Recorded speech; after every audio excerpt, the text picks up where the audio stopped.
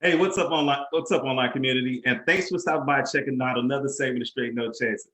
Now, first off, I've got to say that I know I've been gone for some time. I want to give a shout out and a special warm felt thank you to everybody that's messaged me, that's reached out, that has stopped by to check on me and my health and my well being. As you can see, I'm back. I'm black and I'm stronger than ever. Last time I was online on the airways, I didn't have the facial hair. Look, I even grew the goatee back because I was walking around looking like Kenneth Brown with the with the slippery criminal face, no facial hair. But I even grew the goatee back. So shout out to everybody that checked in on me. Checked in on my health.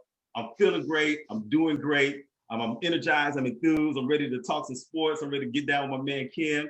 I know that because of the hiatus, I've been gone for a month.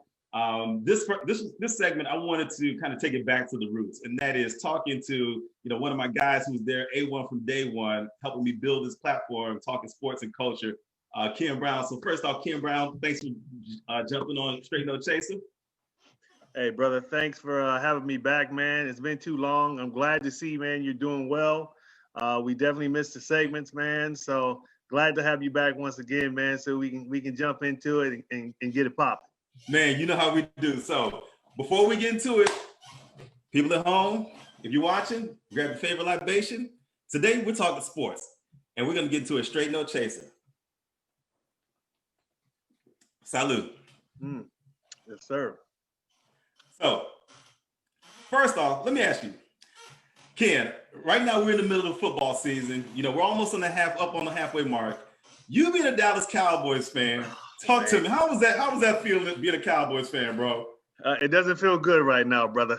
It feels like I got COVID all season long, man, with what I'm seeing on that field, man. It's, when Dak went down, it was definitely a big hit.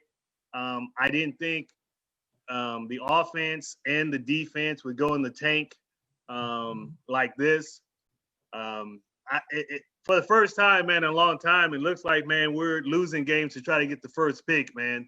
And it's definitely not a good feeling, especially when I got to hear so much heat from all the Bears fans who are having a pretty good season right now.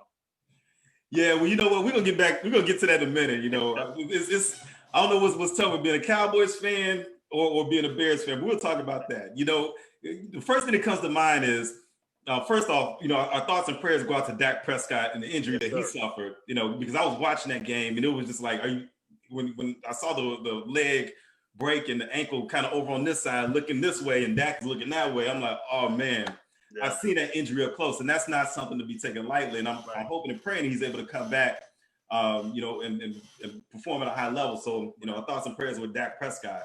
But with that, while I tend to shy away from other platforms, Stephen A. Smith is a guy from ESPN I follow. And I love the way that, say what you want, the man is consistent. Win, lose, or draw, he's going to give the Cowboy fans a hard time. He's in there doing a little dance. First of all, he built funny anyway. He got a little hump in his back. The hairline. Absolutely. But man, Stephen A. Smith, he owns it, Cowboys fans, because here's the thing, much like when I talked to Tony Rice from Notre Dame, when you go across the country, there are Cowboys fans across the country.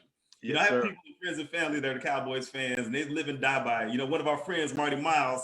Right. Shout out Marty Marr. He's a diehard. Yes, sir. Marty Marr. Cowboys fans, when it's good, it's good. But man, when it's bad, sometimes you just got to have a little humble pie with a little whipped cream and cherries on top. You ain't lying. And we're one of those points, man. I'm looking at, what's going on with the Cowboys, and unfortunately, you guys aren't the worst team in the NFL. Even as bad as you are, you suck. Let's get it out the way. You suck, but you don't suck enough to get Trevor Lawrence. That's how bad. That's how bad it is to be a Cowboys fan. You're gonna suck, but not suck enough to get Trevor Lawrence. That's right. Unfortunately, I think who is it? The Jets and maybe the Falcons are trying to beat us out for that first pick. Yeah, man. Here's the thing, and you all are capped out too. You guys made some signings. DeMarcus Lawrence. I don't know if he's making his money or earning his money. Zeke, I don't know what's up with him. Oh my goodness! Don't get me started on Zeke, man. Oh man, I don't know what he's doing. I don't know what's going on with him. We have to have a sobriety shot just for Zeke. What are they doing?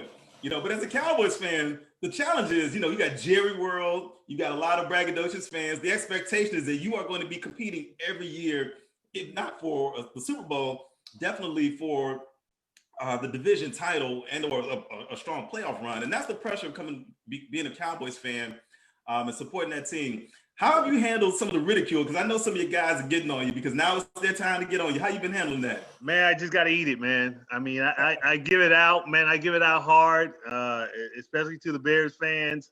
I would think by now I would be able to talk a lot of trash, man. But with only one win, man, and Bears, like I said, man, 5-1, I believe. But I mean, they're playing fairly well. I can't say nothing, man. I just gotta take it. I just gotta take it for the rest of the season, man. So, I'll just take my humble pie and drink a little something afterwards, so it eases the pain a little bit. You know what? Cowboys fans are like, thank you, sir, may have another. Thank you, sir, may have another. Right. But the interesting thing about the Cowboys season is this is so Dallas Cowboys.